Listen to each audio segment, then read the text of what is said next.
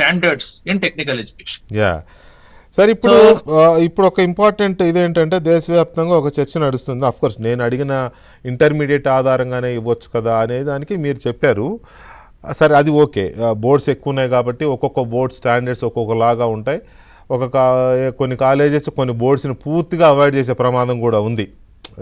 అవంటే ఉండే చిన్న చూపు కావచ్చు, లేదా వాటిలో క్వాలిటీ ఉండదనే ఉద్దేశంతో కావచ్చు, వాట్ ఎవర్, అది పక్కన పెడదాం కదా. మీరు చెప్పిన answer very apt answer.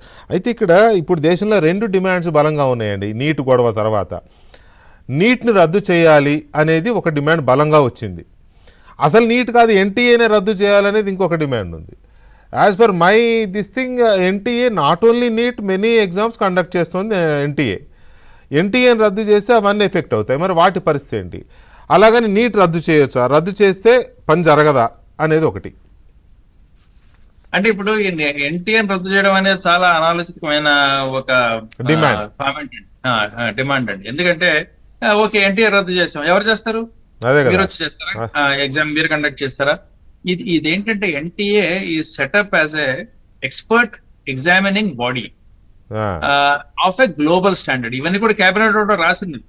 It's an expert examination body of global standards.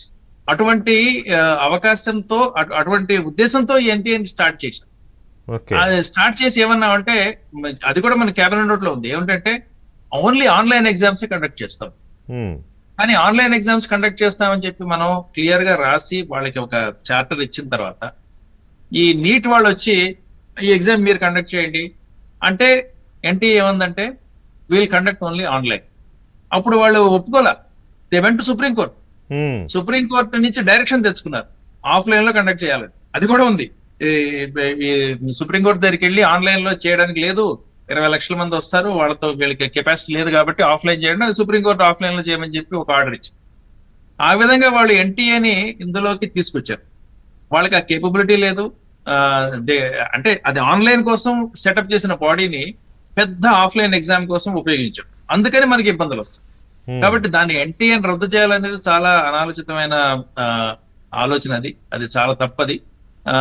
దీన్ని మనం స్ట్రెంగ్తెన్ చేయాలి. 1, 2 ఎగ్జామ్ ని కంప్లీట్ గా ఆన్లైన్ లో తీసుకురావాలి. తీసుకొస్తే ఇబ్బంది లేదండి, వీళ్ళు చేయగలరు, చాలా బాగా చేయగలరు. అవును, నీట్ ని రద్దు చేయడం అనేది అది కూడా దాంట్లో నేను అదే చెప్తాను. మనకి ఏంటంటే డిఫరెంట్ స్టాండర్డ్స్ ఉన్నాయి. ప్రతి స్టేట్ లో డిఫరెంట్ స్టాండర్డ్స్ ఉన్నాయి. వేరేజ్ టెక్నికల్ ఎడ్యుకేషన్ అనేది not only national but also global level కి పోవాలి. That is what we're thinking. India is suppose to be a major supplier of technical manpower to the whole world. That is our thinking కాదు, that's reality కూడా. మన Indian doctors పోయి అన్ని చోట్ల చేయట్లేదండి. ఇప్పుడు మొత్తం అన్ని చాలా దేశాల్లో ఇప్పుడు మన వాళ్ళే ఉన్నారు. యుఎస్ఏలో కూడా మన వాళ్ళదే పై చేయి డాక్టర్స్, కెనడాలో కానీ. కాబట్టి మనకి ఏంటంటే it is our responsibility to set high standards. దానిలో నో డౌట్ అండి. అయితే how to set high standards అనే దాని మీద చాలా నాకు వేరే విధమైన థింకింగ్ ఉంది. నేనేమంటానంటే ఈ ఒకే ఎగ్జామ్ తో మీరు తేల్చేద్దండి వాడికి. Over a period of 2 years you conduct 12 exams. ప్రతి నెలన్నరకి ఒక్కొక్క ఎగ్జామ్ పెడతామండి, చిన్న ఎగ్జామ్స్ అన్ని ఆన్లైన్ లో నీ స్కూల్లోనే నువ్వు తీసుకో. అండ్ ఆ మార్క్స్ అన్ని కూడా మనకి కౌంట్ అవుతూ ఉంటాయి. అదే విధంగా ఇప్పుడు మన యుఎస్ లో అడ్మిషన్స్ ప్రాసెస్ చూస్తే వాళ్ళు ఎవరు బేస్డ్ ఆన్ యువర్ జిఆర్ఈ ఇవ్వరండి. Seat is never given on the base of GRE. నువ్వు ఏం చేసావు, వాట్ ఈస్ యువర్ ఎక్స్పీరియన్స్, నువ్వు దానిలో ఎక్కడైనా నువ్వు ఇంటర్న్షిప్ చేసావా, ఎవరికైనా ఫర్ ఎగ్జాంపుల్ మెడికల్ స్టూడెంట్ అయితే కంపల్సరీగా you have to serve in a old age home or mentally challenged persons home. ఎన్జిఓలో పనిచేయాలి 3 months ఏమో. ఎన్జిఓలో పనిచేయాలి, అది లేకపోతే సీట్ రాదు. సో మనం కూడా ఏంటంటే ఇప్పుడు ఇంజనీరింగ్ కానీ మెడిసిన్ కానీ ఆ విధంగా అతనికి ఆ యాప్టిట్యూడ్ ఉన్నదా లేదా అనేది మనం మెజర్ చేయొచ్చు.